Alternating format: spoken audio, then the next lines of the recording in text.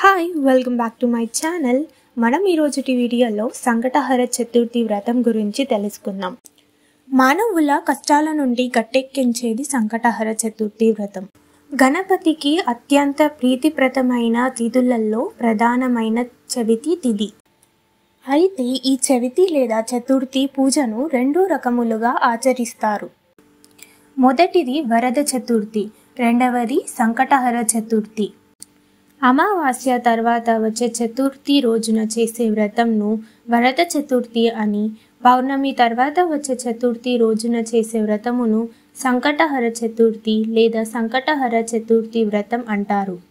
ఇందులో వరద చతుర్థిని వినాయక వ్రతంగా వినాయక చవితి రోజున ఆచరించెదరు.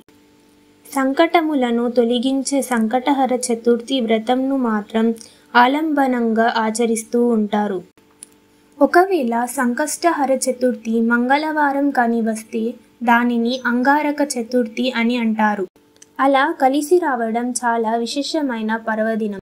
అంగారక చతుర్థి నాడు సంకటహర చతుర్థి వ్రతం ఆచరించడం వలన జాతకములోని కుజదోష సమస్యలు తొలగడంతో పాటుగా చేసే పనులలో సంకటములన్నీ తొలగి సఫలత చేకూరునని ప్రసిద్ధి. ప్రతి మాసం కృష్ణ పక్షంలో అనగా పౌర్ణమి తర్వాత 3 లేదా 4 రోజుల్లో చవితి వస్తుంది. ప్రదోషకాల సమయమునకు అనగా సూర్యాస్తమయ సమయంలో చవితి ఎప్పుడు ఉంటుందో ఆ రోజున సంకటహర చవితిని పరిగణించాలి. అయితే 2 రోజులు ప్రదోష సమయంలో చవితి ఉండడం సాధారణంగా జరగదు.